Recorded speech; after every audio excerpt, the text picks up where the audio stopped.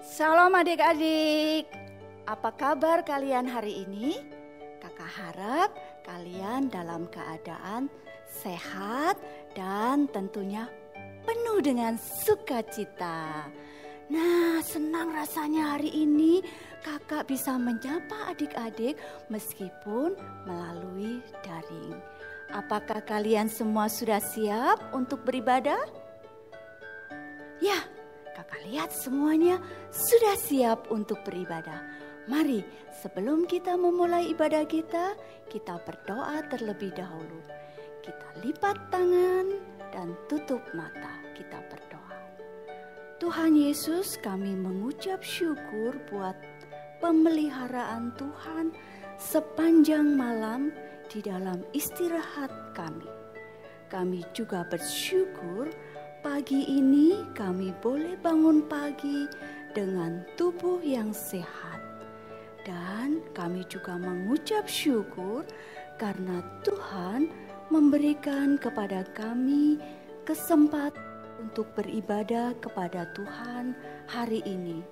Tolong kami Tuhan untuk kami boleh beribadah dengan baik, kami menaikkan pujian kami kepada Tuhan, dan kami boleh menyiapkan hati kami untuk mendengarkan firman Tuhan hari ini. Di dalam nama Tuhan Yesus kami berdoa. Amin. Pujilah Tuhan sebab Ia baik. Bermazmurlah bagi namanya, sebab nama itu indah. Mari adik-adik, dengan bangkit berdiri, kita bersama-sama akan pujikan memuji Tuhan selalu.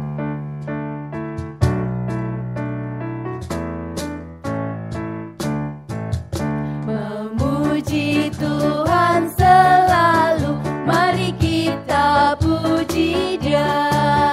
Memuji Tuhan selalu, mari kita puji Dia. Puji, puji, mari kita puji Dia. Puji, puji, mari kita puji Dia. Memuji Tuhan selalu. Puji Tuhan selalu, mari kita puji Dia. Memuji Tuhan selalu, mari kita puji Dia. Puji, puji, puji, mari kita puji Dia. Puji, puji, mari kita puji Dia. Memuji Tuhan selalu, mari kita puji Dia. Setinggi-tingginya langit, lebih tinggi kasih Yesusku. Sedalam-dalam lautan, lebih dalam kasih Yesusku. Seindah-indah pelangi, lebih indah kasih Yesusku. Kasih Yesus, kasih Yesus, oh kasih Yesus mengalahkan segalanya. Kasih Yesus, oh kasih Yesus mengalahkan segalanya. Silakan duduk kembali. Semuanya sudah duduk? Sekarang ambil Alkitabnya, kita akan bersama-sama membaca ayat emas kita hari ini. Semua sudah diambil Alkitabnya? Sudah siap? Bagi mama, papa, orang tua yang mendampingi anak-anak hari ini, tolong bisa membantu anak-anak. Nah, hari ini ayat emas kita terambil dari Roma, ya, kitab Roma di Perjanjian Baru, pasalnya yang pertama, ayatnya yang ke-16 sampai dengan 17b. Sudah ditemukan? Roma pasal yang pertama ayat 16 sampai dengan 17b. Kita akan bersama-sama membacanya. 1, 2, 3. Roma pasalnya yang pertama ayat 16 sampai dengan 17b. Sebab aku mempunyai keyakinan yang kokoh dalam Injil, karena Injil adalah kekuatan Allah yang menyelamatkan setiap orang yang percaya. Orang benar hidup oleh iman. Sekali lagi, pelan-pelan ya. Roma pasalnya yang pertama ayat 16 sampai dengan 17b. Sebab aku mempunyai keyakinan yang kokoh dalam Injil, karena Injil adalah kekuatan Allah yang menyelamatkan kita semua, setiap orang yang percaya. Orang benar hidup oleh iman. Kak, artinya apa ya firman Tuhan yang kita baca ini? Artinya adalah semua orang pada umumnya percaya bahwa kita semua dibenarkan dan diampuni oleh Tuhan karena melakukan perbuatan yang baik. Beribadah yang rajin, hormat pada orang tua, memberi persembahan yang baik, dan seterusnya. Tetapi firman Tuhan hari ini berkata, orang berdosa dibenarkan di hadapan Tuhan oleh karena iman. Kepada siapa? Kepada Tuhan Yesus yang mati dan bangkit, yang telah mengalahkan kuasa dosa dari kematian. Oleh karena itu, percayalah kepada Tuhan Yesus, satu-satunya iman yang kita andalkan. Adik-adik, sekali lagi, di dalam ayat Alkitab hari ini yang kita baca mengatakan bahwa Injil adalah kekuatan Allah yang menyelamatkan setiap orang yang percaya. Kita dibenarkan dan diampuni bukan karena perbuatan baik, akan tetapi semua adalah karena anugerah Allah. Mari bersama-sama kita pujikan, betapa baiknya Engkau Tuhan.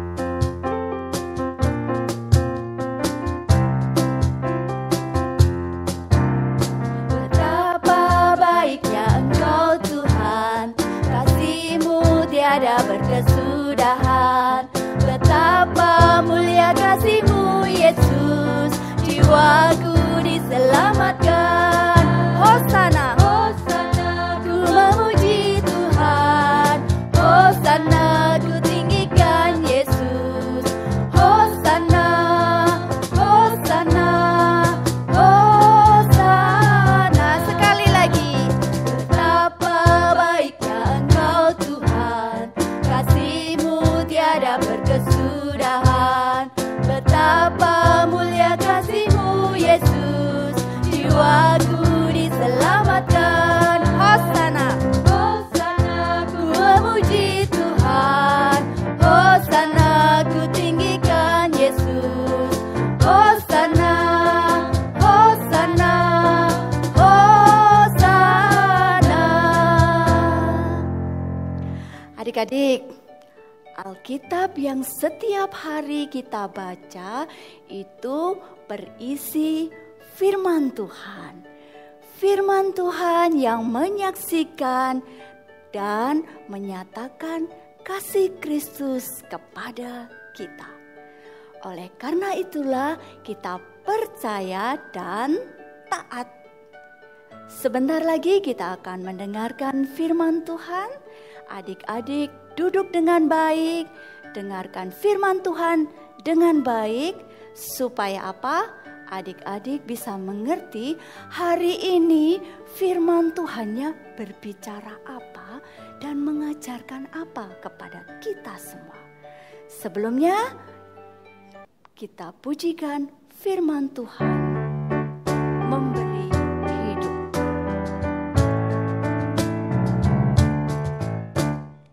Kitab suci firman Tuhan menyaksikan Kristus.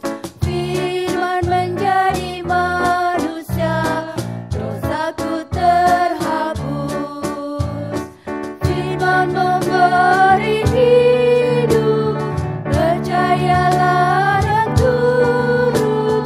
Firman indah, firman ajaib, firman memberi hidup. Firman indah, firman ajaib, firman memberi hidup. Kitab suci firman Tuhan menyaksikan Kristus. Firman menjadi manusia, dosaku terhapus. Firman memberi hidup. Firman memberi hidup, percayalah dan turut. Firman indah, firman ajaib, firman memberi hidup. Firman indah, firman ajaib, firman memberi hidup.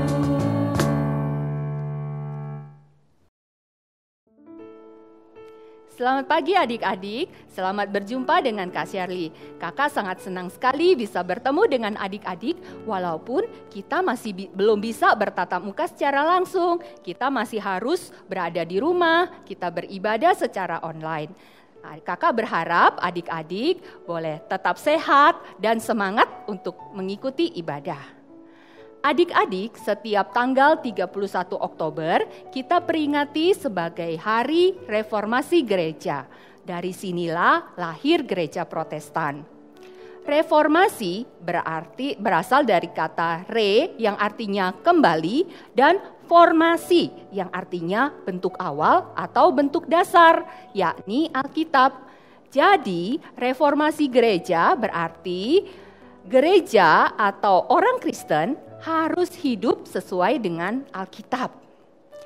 Nah, adik-adik, hari ini kita akan belajar dari seorang tokoh gereja yang dikenal sebagai Bapak Reformasi. Adik-adik tahu nggak ya siapakah dia? Ya, betul, Bapak Martin Luther. Kita akan belajar siapakah dia dan apa yang dikerjakannya bagi gereja sehingga dia dikenal sebagai pahlawan iman atau heroes of faith. Namun sebelumnya mari Kak Shirley ajak adik-adik untuk kita berdoa, kita minta pimpinan Tuhan. Mari kita berdoa. Tuhan Yesus, kami mengucap syukur, Tuhan boleh izinkan kami untuk kami boleh beribadah. Terima kasih kami sudah memuji nama Tuhan. Dan sebentar lagi kami akan mendengarkan cerita firman Tuhan. Kami mohon kiranya Tuhan sendiri yang boleh menolong kami sehingga kami boleh memiliki telinga seorang murid, kami boleh siap untuk mendengar cerita firman Tuhan dan kami boleh dimengertikan. Dalam nama Tuhan Yesus kami sudah berdoa. Amin. Adik-adik, kita bersyukur bahwa kita mempunyai kitab suci. Ada begitu banyak hal yang Tuhan mau beritahukan kepada kita. Puji Tuhan, Tuhan sudah memberi kita kitabnya dan kita bisa mengerti. Tetapi dulu 500 tahun yang lalu, orang baru bisa melihat Alkitab kalau dia sudah menjadi hamba Tuhan, menjadi seorang pendeta, atau yang sudah masuk biara atau masuk sekolah teologi seperti saat ini. Orang biasa tidak bisa. Kalaupun mereka bisa melihat, mereka tidak mengerti. Mengapa demikian? Karena Alkitab ditulis dalam bahasa Ibrani, bahasa Yunani, dan bahasa Latin. Orang-orang di Jerman tidak mengerti. Orang-orang di Inggris juga tidak bisa baca dan tidak mengerti. Harus ada orang yang menerjemahkan Alkitab sehingga orang bisa mengerti. Jika pemimpin gereja memberikan pengajaran yang salah, orang akan akhirnya mudah tertipu. Bersyukur Tuhan bangkitkan orang yang bernama Martin Luther yang berani melawan ketidakbenaran saat itu. Martin Luther lahir pada tanggal 10 November 1483 di Eisleben, Jerman. Ayahnya bernama Hans Luther dan ibunya bernama Margaret Linnemann. Ayah Luther adalah seorang pekerja tambang. Dia ingin agar Luther sekolah hukum supaya nanti bisa menjadi seorang pengacara, sebuah profesi yang sangat dihormati pada saat itu. Luther sehingga dengan menjadi pengacara, ekonomi keluarga bisa ditingkatkan. Luther sudah masuk sekolah hukum, namun dia tidak melanjutkan pekerjaannya di bidang hukum, tetapi memilih menjadi seorang biarawan. Mengapa demikian ya? Oh, ternyata suatu ketika di bulan Juli 1505, Luther dalam perjalanan ke Erfurt, sebuah kota di Jerman. Ketika dia dalam perjalanan setelah dia mengunjungi orang tuanya untuk berlibur, dia terjebak oleh hujan badai yang sangat besar. Petir menyambar begitu dekat dengannya, sehingga dia begitu kaget dan dia terjatuh dari kudanya. Dalam keadaan yang sangat menakutkan tersebut, kemudian Luther berteriak dan dia berjanji, "Tuhan, tolong, kalau aku selamat, aku akan masuk biara." Akhirnya Luther masuk ke sebuah biara di Erfurt, sebuah biara dari Ordo Agustinian. Di dalam biara, Luther ingin mengenal dan menyenangkan Tuhan. Bayang-bayang pengalaman disambar petir membuat dia melihat Tuhan sebagai hakim yang akan menghukum orang yang berdosa. Kalau aku hidup tidak beres, maka penghakiman Tuhan akan jauh lebih mengerikan dari petir itu. Luther begitu rajin membaca Alkitab. Dia melakukan semua yang gereja perintahkan. Berdoa, berpuasa, mengaku dosa, berbuat baik. Tetapi semuanya tidak membawa ketenangan dalam diri Luther. Luther terus merasa tidak sanggup untuk melakukan apa yang Tuhan perintahkan. Dia merasa diri, aku orang yang tidak layak, aku masih berdosa, aku kurang giat, kurang tekun. Dan Luther sangat takut sama Tuhan. Loh, adik-adik, takut sama Tuhan itu kan baik. Iya, takut sama Tuhan itu baik kalau kita benar-benar mau mencintai Tuhan. Tapi kalau kita takut dihukum, itu salah. Luther takut kalau dihukum, sehingga dia tidak bisa benar-benar mencintai Tuhan. Luther terus mempelajari Alkitab. Akhirnya dia sadar bahwa Tuhan menerima dia apa adanya. Nah, kita akan membaca dari Roma 1 ayat 16 sampai 17, sebuah ayat yang menyadarkan Luther untuk dia bisa kembali kepada Tuhan. Adik-adik, buka di rumah ya.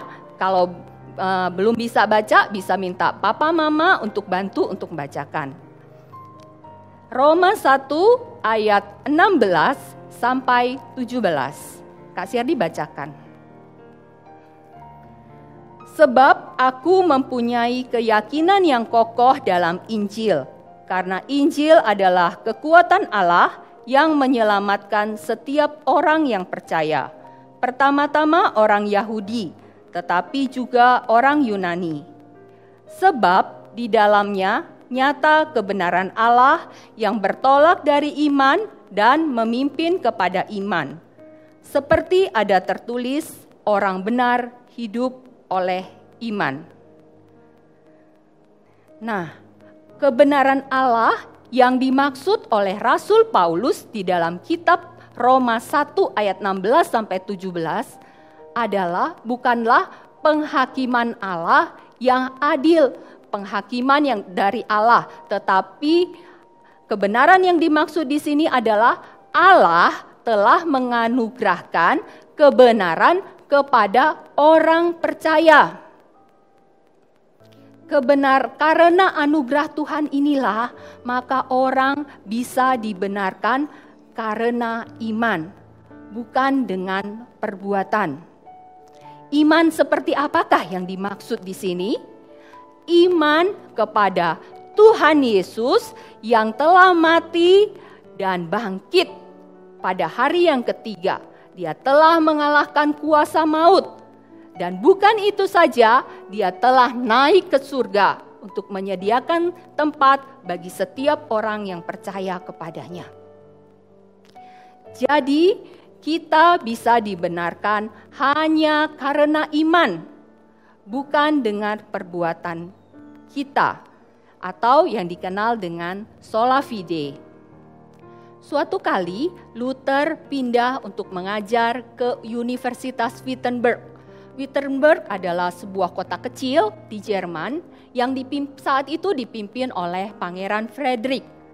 Dari kota inilah, Luther memulai perjuangannya agar gereja kembali hidup sesuai Alkitab.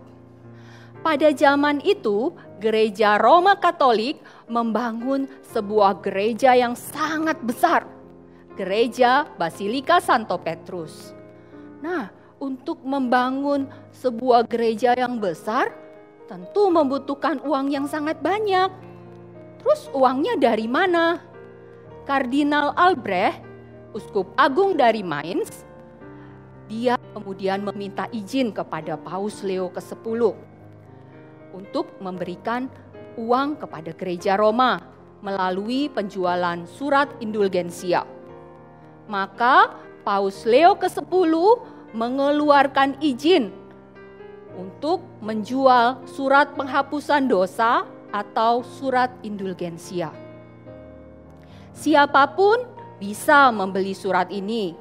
Syaratnya mau dan punya uang. Gereja mendapatkan banyak uang dari orang-orang Kristen yang membeli surat pengampunan dosa ini. Dosa diampuni dari uang yang mereka setor kepada gereja. Misalnya, Pak Joko melakukan dosa, dia mencuri sepeda tetangga. Nah, Pak Joko cukup datang ke gereja, mengaku dosa, memberi uang, dan dia dapat surat pengampunan dosa.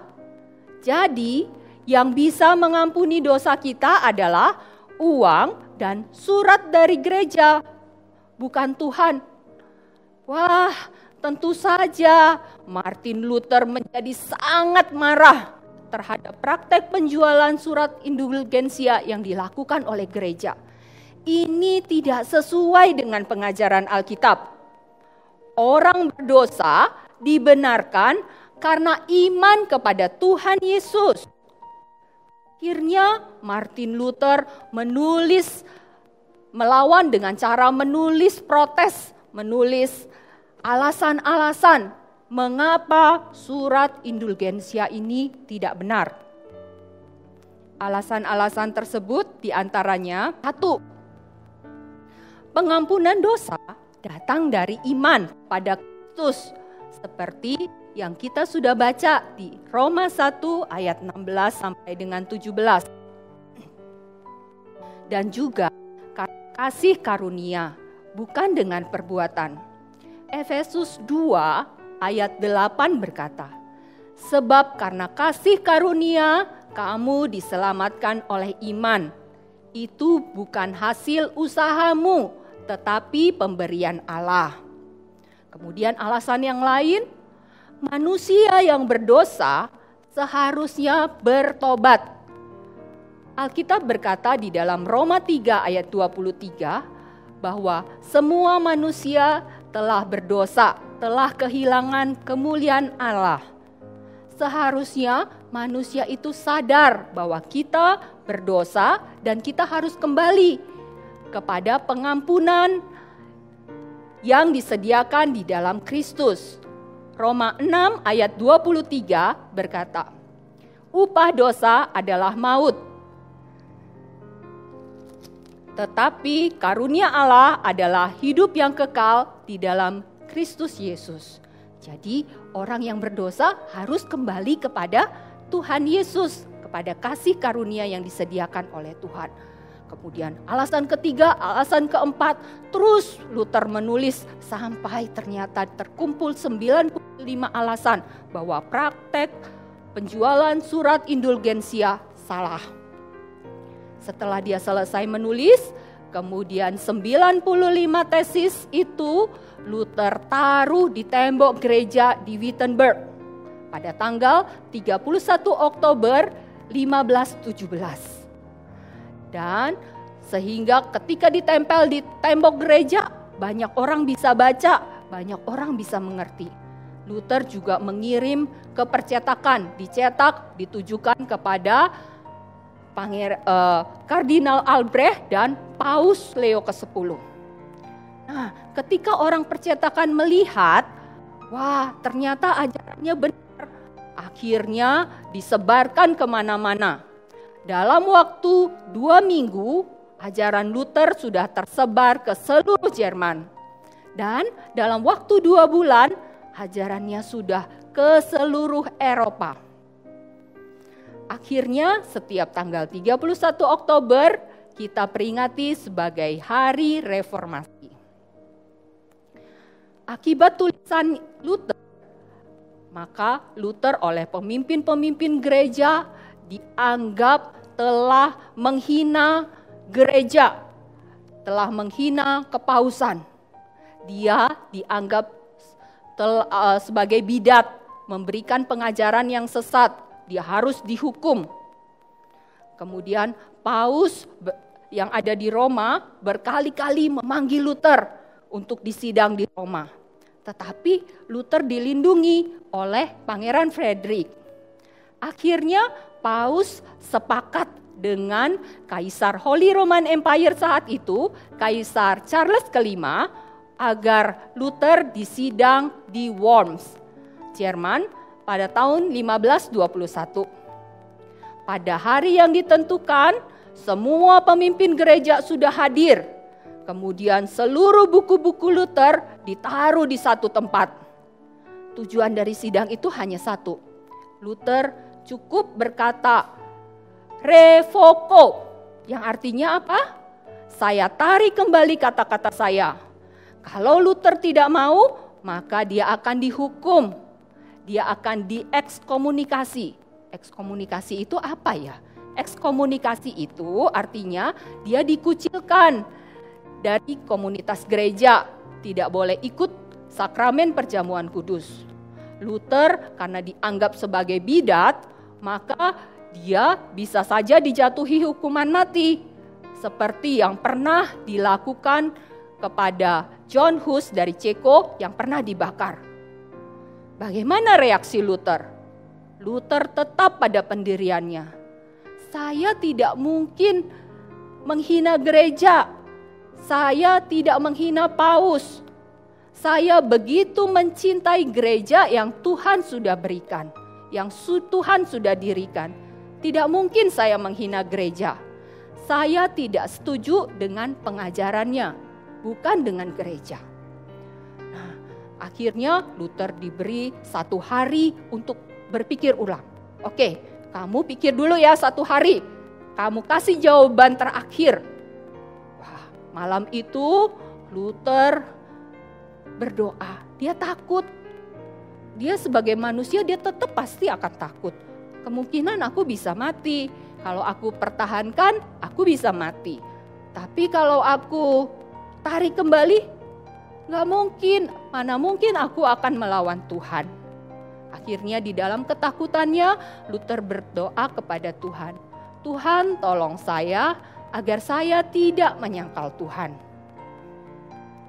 Luther minta hikmat dan kekuatan dari Tuhan, sehingga boleh memberikan jawaban yang menyenangkan hati Tuhan.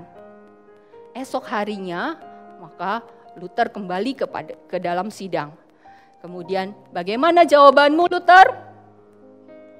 Saya tetap pada pendirian saya. Kemudian dengan tegas, Luther membacakan, Kak Shirley dibacakan ya, apa yang dikatakan. Saya Martin Luther, kecuali saya diyakinkan dengan kesaksian dari kitab suci, ataupun dengan alasan yang jelas, sebab saya tidak percaya pada paus atau konsili-konsili saja. Karena diketahui bahwa mereka kerap keliru dan saling bertentangan. Saya terikat dengan kitab suci yang telah saya kutip, dan nurani saya ditawan dengan firman Allah. Saya tidak dapat dan tidak akan menarik kembali apapun, karena tidaklah tentram atau benar melawan nurani yang sudah terikat oleh kitab suci. Semoga Allah menolong saya. Amin. Tentu saja dengan jawaban seperti itu, akhirnya Luther divonis bersalah. Sambil menunggu hukumannya, dia kembali ke Wittenberg. Di dalam perjalanan, kemudian Luther diselamatkan oleh pengikut Pangeran Frederick. Dia disembunyikan di sebuah benteng di Wartburg. Di Wartburg Castle inilah Luther menyalin dan menerjemahkan Alkitab Perjanjian Baru dari bahasa Yunani ke dalam bahasa Jerman. 1 tahun kemudian, pada tahun 1522, Alkitab Perjanjian Baru terjemahan Luther selesai dan kemudian dicetak. Tetapi kalau versi lengkap dari Alkitab versi lengkap berbahasa Jerman, Perjanjian Lama dan Perjanjian Baru selesai di tahun 1534. Inilah yang diperjuangkan oleh Martin Luther. Semua orang harus membaca Alkitab dan mengerti sehingga memiliki pengetahuan yang benar dari Alkitab. Begitu juga dengan kita, bukan? Hari ini kita bisa membaca Alkitab dengan bahasa yang kita mengerti, bahasa Indonesia.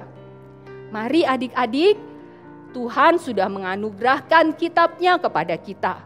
Mari kita baca setiap hari, agar iman kita bisa makin bertumbuh. Bersyukur bahwa Tuhan sudah bangkitkan orang yang mencintai Tuhan dan firman-Nya.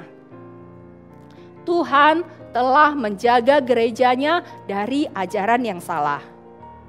Itulah pahlawan iman.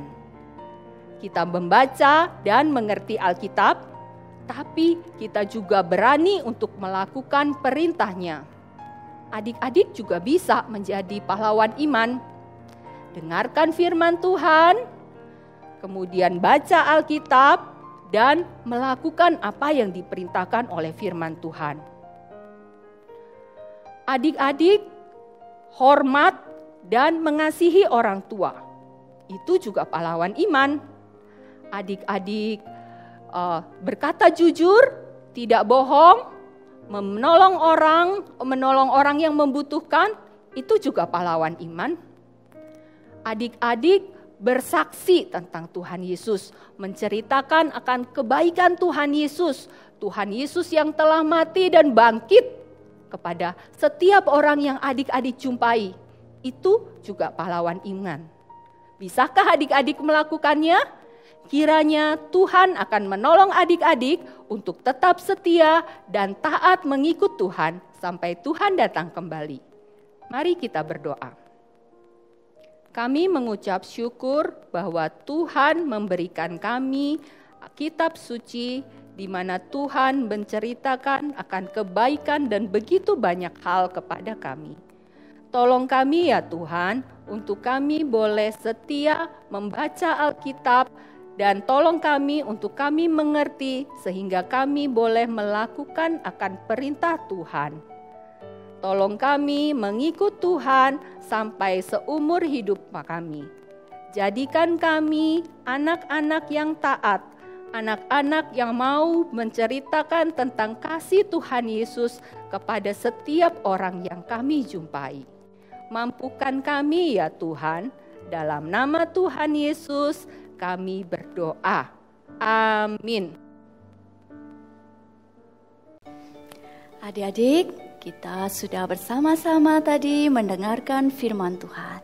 Sekarang kakak mau tanya, dari firman Tuhan yang sudah kita dengar bersama, adik-adik dapat mempelajari apa? Apa yang adik dapat dari mendengar firman Tuhan hari ini? Kakak tunggu. Ya, ada yang bisa menjawab. Benar, firman Tuhan hari ini mengajarkan kepada kita supaya kita rajin membaca Alkitab. Bacalah firman Tuhan, Alkitab yang kita baca setiap hari yang berisi firman Tuhan, bacalah setiap hari. Bagi adik-adik yang belum bisa membaca, bisa minta tolong kepada mama, papa, saudara, atau siapapun yang di rumah bisa membaca, adik-adik bisa minta tolong. Karena dengan membaca firman Tuhan, maka hidup adik-adik akan selalu dituntun oleh Tuhan. Karena apa? Sekali lagi, di dalam Alkitab yang kita baca setiap hari, yang berisi firman Tuhan itu adalah mengajarkan kepada kita semua bagaimana seharusnya kita hidup sebagai orang yang sudah menerima anugerah keselamatan dari Tuhan. Dengan demikian, adik-adik tidak akan tertipu oleh pengajaran yang salah.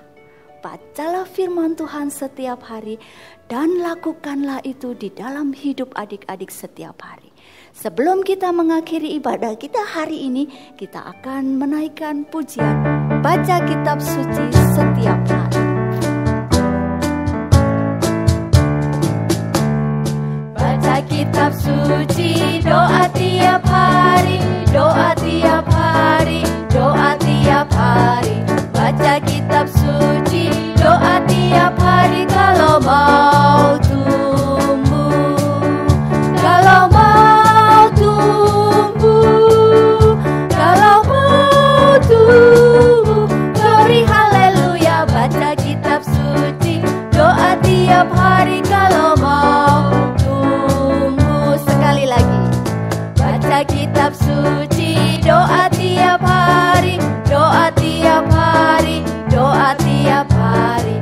Baca kitab suci, doa tiap hari kalau mau tumbuh, kalau mau tumbuh, kalau mau tumbuh.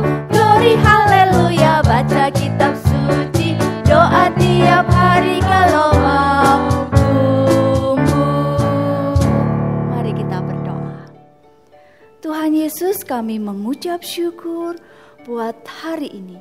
Terima kasih buat firman yang boleh kami dengar hari ini, yang mengingatkan kami untuk selalu membaca firman-Mu. Dan mampukan kami ya Tuhan untuk tetap selalu setia membaca firman Tuhan setiap hari. Karena kami ingin hidup kami selalu di dalam tuntunan dan pemeliharaan Tuhan. Dan biarlah kasih karunia Tuhan selalu menyertai adik-adik sekolah minggu. Di dalam nama Tuhan Yesus kami berdoa. Amin. Tuhan Yesus memberkati adik-adik semua. Sampai ketemu minggu depan. Bye.